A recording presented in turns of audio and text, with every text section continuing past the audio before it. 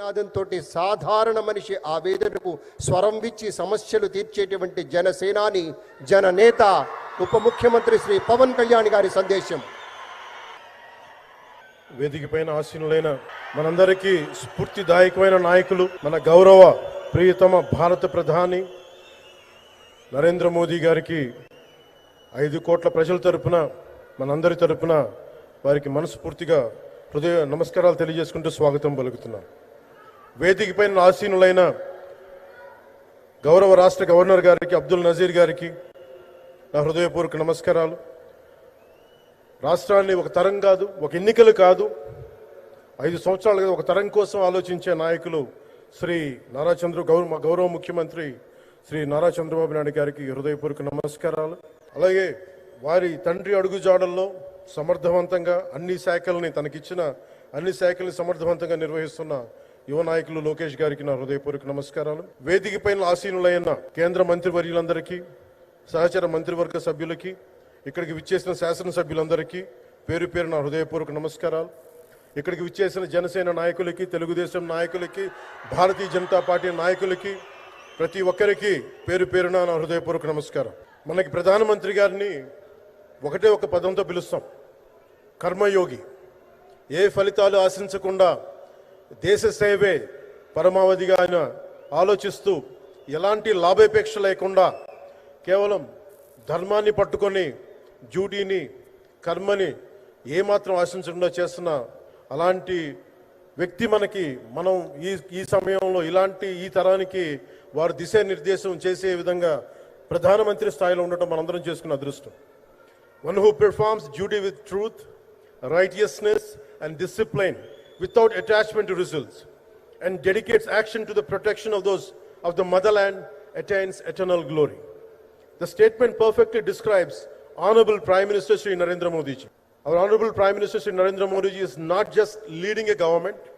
ఆయన ప్రభుత్వాన్ని ఒకటే నడపట్లేదు, 2 తరాల్ని నడుపుతూ ఒక ఆల్ఫా రాబోయే ఇప్పుడు పుట్టిన బిడ్డలకి దిశానిర్దేశం చేస్తున్నారు. అలాంటి మన ఆత్మనిర్భర్ భారత్ ఎవరి మీద ఆధారపడకుండా దేశం తలెత్తి చూసేలాగా మేము సేవకులం కాదు, మేము భాగస్వామ్యం వహిస్తాం. మేము దేశానికి, ప్రపంచానికి దిశానిర్దేశం చేస్తాం.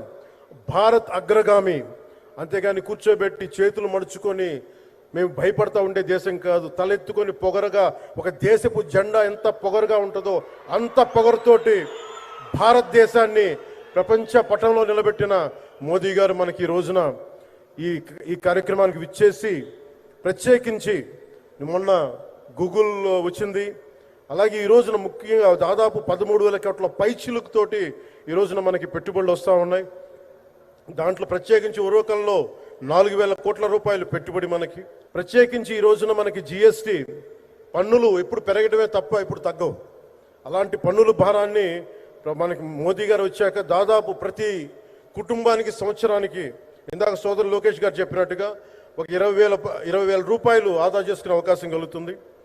ఇది GSTలో విద్య కానీ వైద్యం ఖర్చులకు భారం నుంచి సామాన్యులకు ఉపశమనం కలిగిస్తుంది.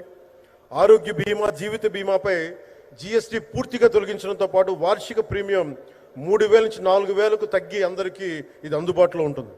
అలాగే విద్యార్థులకు కావచ్చు, ఇలాంటి ప్రతి ఒక్కరికి కూడా అన్ని రంగాల వాళ్ళకి ప్రత్యేకించి మనకి GST వల్ల